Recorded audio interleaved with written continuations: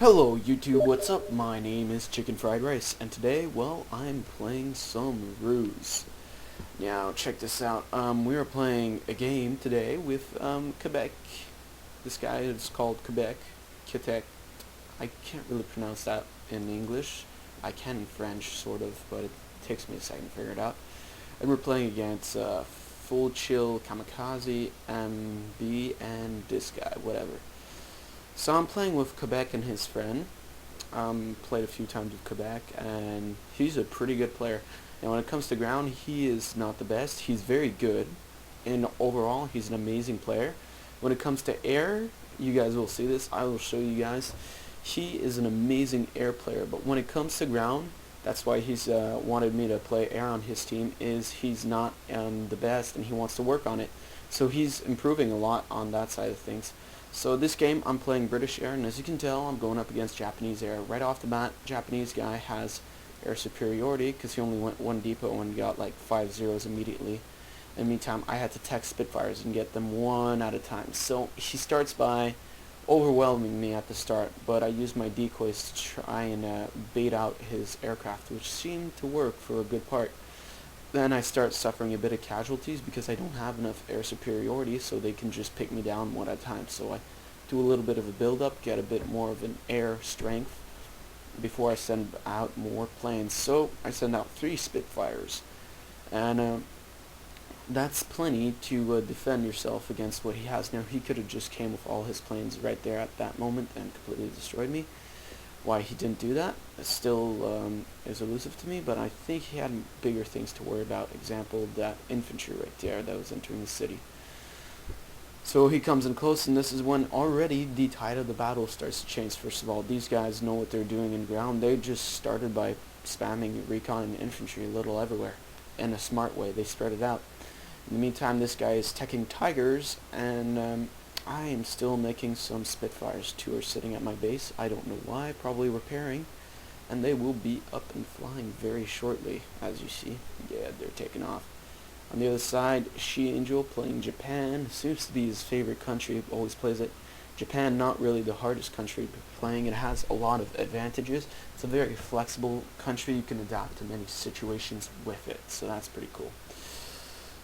So, as this game progresses, you can tell that we may not have the advantage for the moment. This guy's got 2 airfields filled, but I've got so many decoys, he doesn't know what's real and what's not. I had about 8 decoys there, mixed in with my real planes, so it looked like I had a very large air superiority over him. Most likely intimidated him a bit from trying to attack me, so right there I try to pull a move on this recon, but the second before I get in to offensive range, it just disappears. Now you notice, not yet, but what I'm doing right now is I'm just slowing him down. Right now he is winning the air battle, so basically what I'm doing is I diverted a little bit of resources, making a recon. I'm going to make 2 bombers, send them out, and then I'm going to go around and bomb his 2 airfields. But by then I'm already going to have regained air superiority. But usually that's a smart thing to do. So right here, this guy going for an offensive on the base, unfortunately. The American guy was, well, paid enough attention to build a machine gun nest, unfortunately, for my ally. So right here I got my little stack of aircraft. I try and take them off as often as I can, but, you know, you have to see how that goes. Right there I got some decoys taken off and making some nice stuff. You see right there, there goes my bomber convoy. And on the same time, I'm focusing my Air Force to support my allies, who are not getting demolished, but they are getting, well, their advance is very limited by the enemy air. So I try and offer as much support as I can. Unfortunately for me, this guy can annihilate me anytime he wants with his air, so I have to be very picky about the engagements I choose. Now here's where it starts to turn a bit. Now I start getting a bit more Spitfires.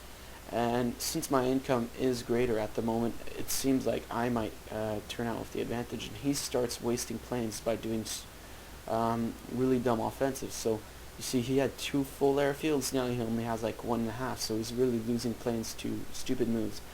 Right there, I go in, took out a bunch of AA and some AT. I only lost 1 plane during that whole entire offensive.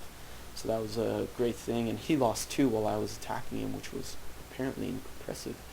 because he chased my planes back, and my ally had a bit of AA set up, which worked very well to my advantage.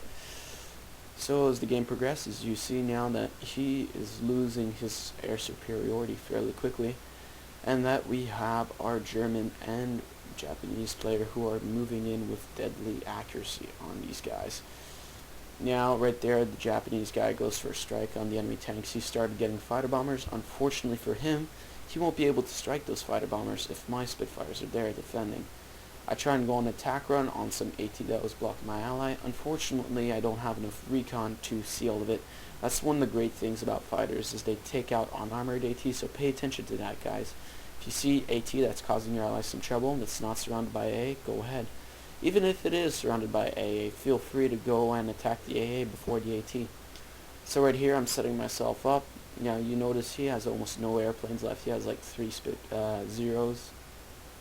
And he's still fighting very aggressively, which is not how you'd want to be fighting in this situation. So I send in my Spitfires to draw out anti-aircraft fire. In the meantime, I roll in with 2 bombers and a recon plane, and boom. He loses pretty much everything in that zone except for his HQ, which is a pretty successful bombing run for 2 bombers only. Right here, this guy got a giant stack of IS-2s with some AT, I believe, and well, sort of trying to intimidate my allies, but this guy's got some AT, especially Japanese armored AT, is crazy good. And on the same time, he is pushing into this guy's base, which is causing a whole bunch of mayhem. I decided to make my allies' life easier, rolled in with all my Spitfires, and removed all of that AT, which allows him to go in with his armored AT. And because, as we know, unarmored is the answer to armored AT. It just works that way. So the game is basically over at this point. I'm not sure if you guys can tell, but we have infantry in his base, and he's sending all his troops after that. And we have secured all the middle depots, and we're really in a good offensive position. Even if they were able to hold that, we would have the economic superiority, build admins, and we would have beaten them.